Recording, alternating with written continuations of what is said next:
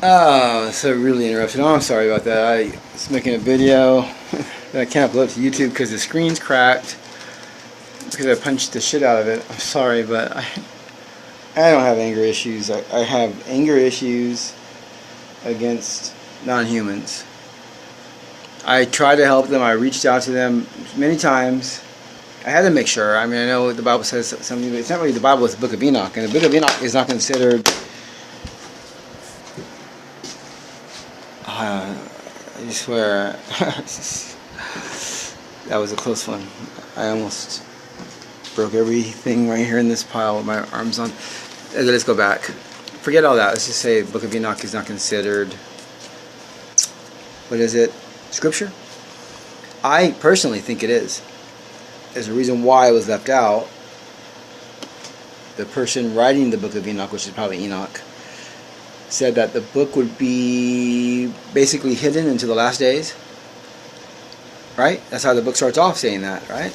So we know why. It wasn't meant to, for some reason, it wasn't meant to be known. We don't know why. It does suck. I mean, it sucks to find out there's fallen angels. And probably it was the reason why is because God knew He was going to destroy them.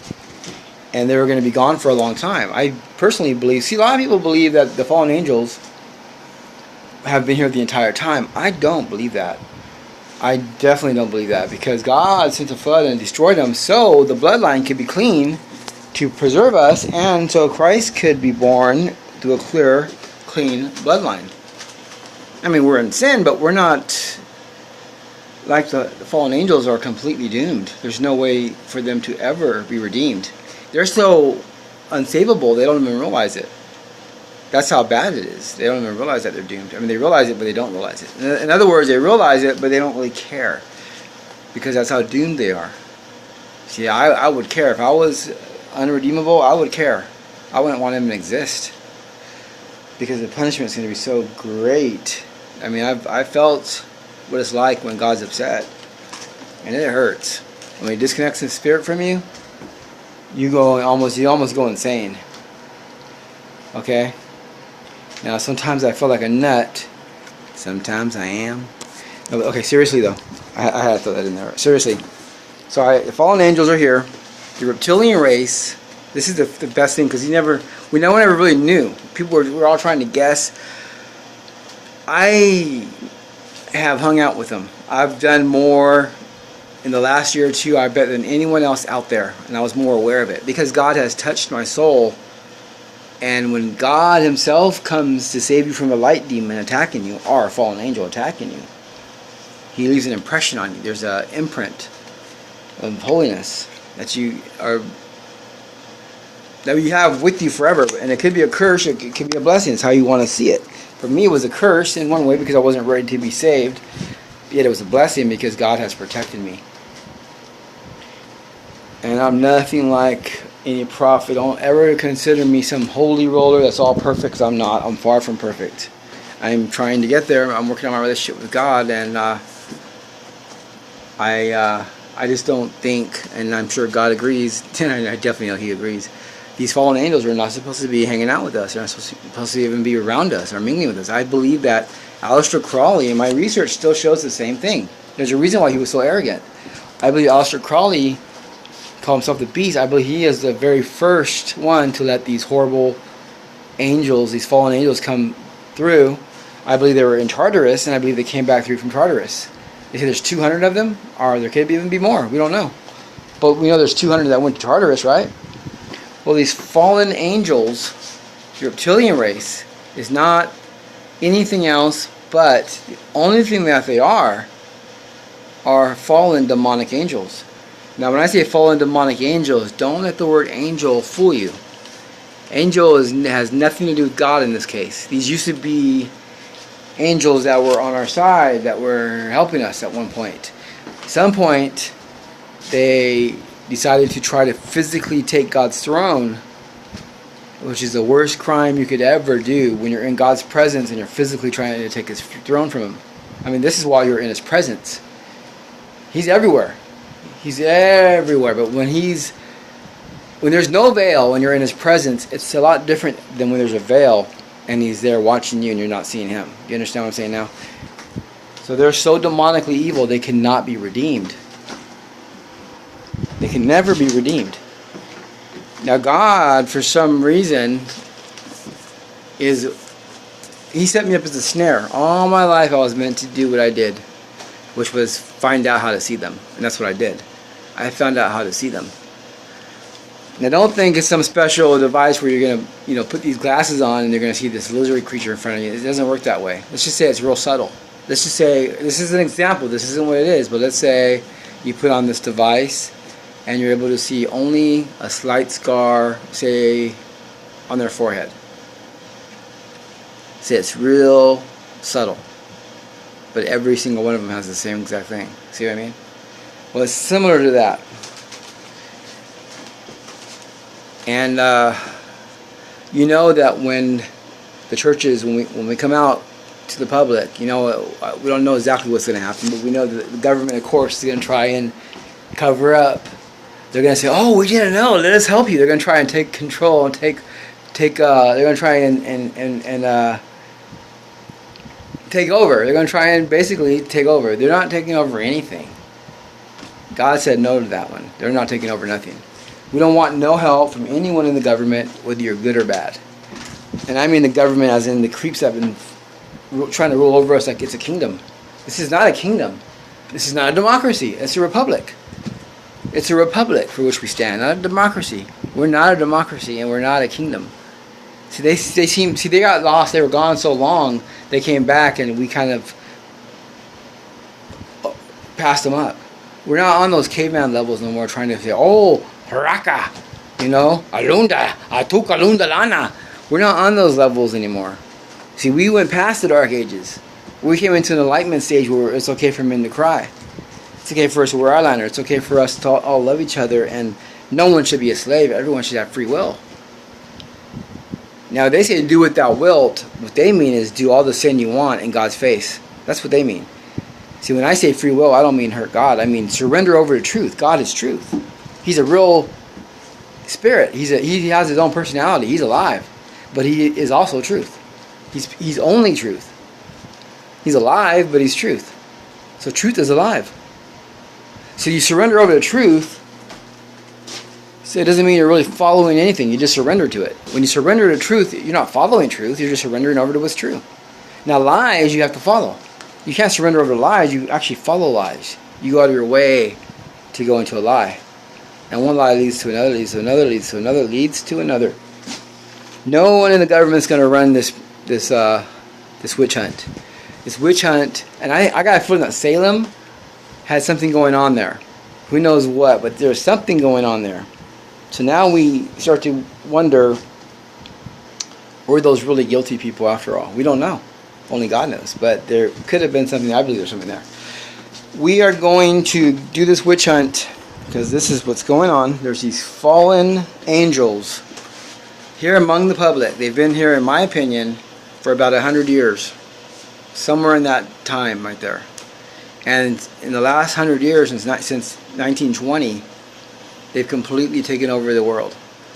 And they're on their way to a one-world government, which, if you ask me, they already have one in place. It's just not very strong. Well, they got what they wanted. The Bible did say they'll get a one-world order. They got the one-world order. There you go. Now it's time for them to go. And I believe that the last days, I believe that we're already there. I don't know about the Antichrist. I always thought a man was going to rise up. That could be a trick. The devil has ways of tricking us. We already saw Hitler. We already saw a few of them. But the Bible, Christ did say that the devil would walk into the temple claiming to be God. He said your body's the temple.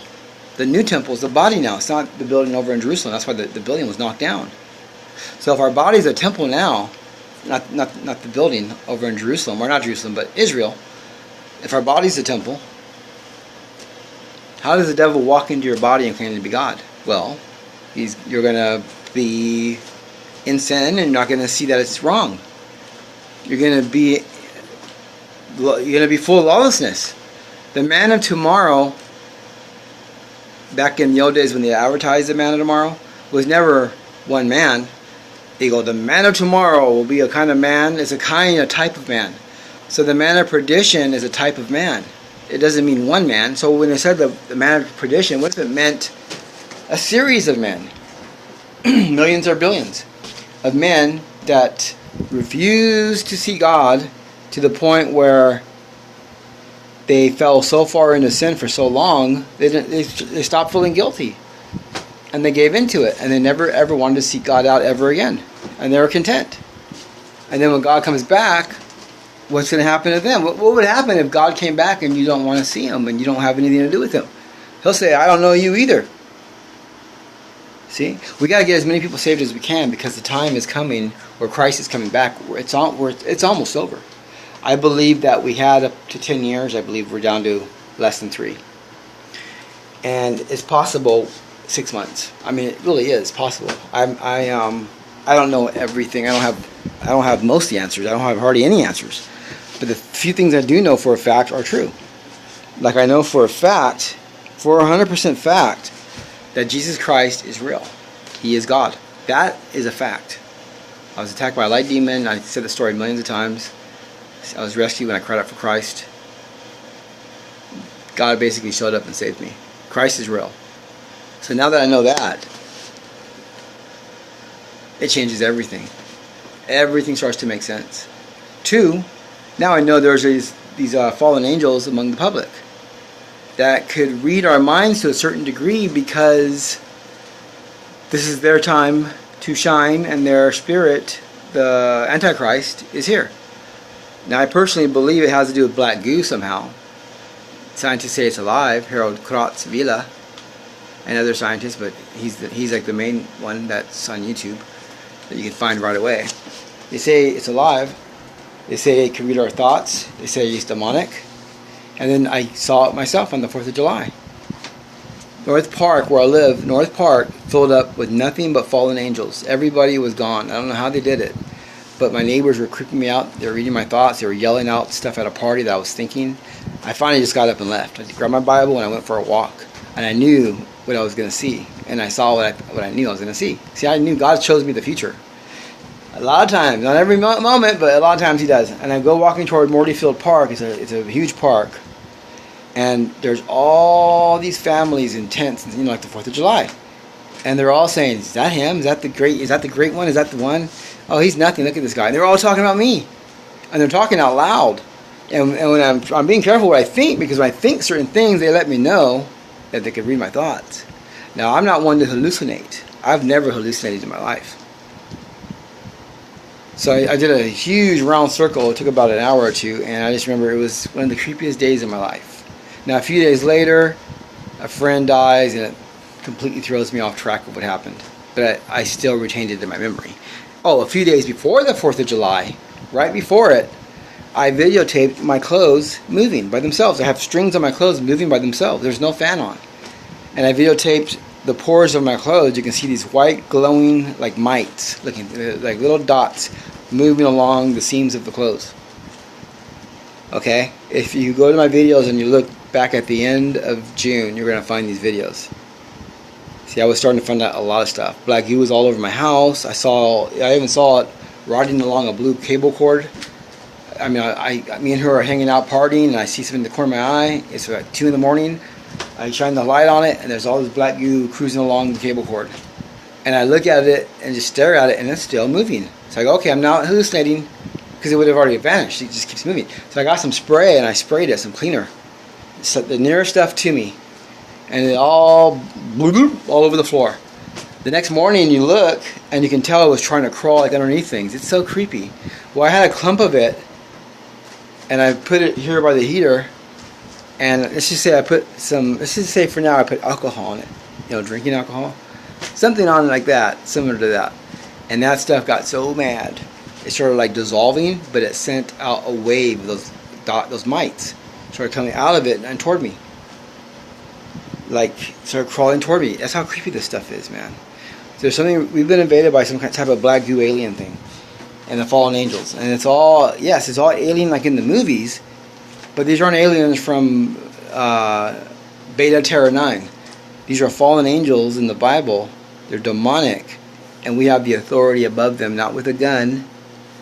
Alright? Not with a laser gun, not with anything like that, but with the power of Christ. It sounds so easy and beautiful, and that's exactly what it is. You cry out for Christ. He loves you so much. You say in Christ's name. Christ's name is above everything else. The only thing above Christ's name is Christ himself. You cry out in his name and his authority in him, and you believe in him. And he'll kick their butt for you. They'll run. They got no power when it comes to your authority through Christ. Now the entire world needs to know this, because the entire world is being invaded by these creatures, and we're being infected by them. I believe it's the mark of the beast. It's something that's going to change people to the point where they're not going to receive Christ, even if he walks around for another 1,000 years in front of them and he's kind to them. They're not going to want him anyways. That's how bad it's getting. So we need to reach everybody and let everybody know about God. Now, as in these creatures, it sounds impossible. You're like, well, America's, the military's beating everybody out there. Well, remember, 70% of them are good folks. And when the disclosure reaches them, they're going to definitely pick Christ over this creature, these creatures. And on top of that, let's say they didn't. Let's say a planet with 50,000 billion people. Let's say a billion people. Let's say a billion planet Earths. God can beat them with his pinky. He's God. There's not one thing he can't do. He's all-powerful, omnipresent. So don't worry. We have God on our side. If I say this government is going down, a new government's coming in, which is going to restore the Constitution, and we're going to prove that Christ is real with disclosure, once and for all, more people than ever are going to go running back to Christ. And God's going to flesh the entire earth with the Holy Spirit. And that means a lot of peace for you and for me. And for these creatures, it means bye-bye, off to your torment, where you belong, for raping us, for killing us, for eating us, for drinking blood. Pizzagate. Everyone is buying into this POTUS thing, this Trump lying sellout thing, which is a complete farce, forgetting about the poor kids in Pizzagate that were in cages, that got molested, that got killed, that got eaten for their adrenochrome, whatever the hell they call it, the adrenaline junk. This is some very sick stuff, people, because you got sidetracked on POTUS. For you humans that got sidetracked, shame on you. To go in there for a month or two is one thing, but to completely go there for 3 years now while these kids have suffered and nothing's been done about it, shame on you. Shame, shame, shame on you. It makes me sick to my stomach. We are going to stop these creeps. I promise you.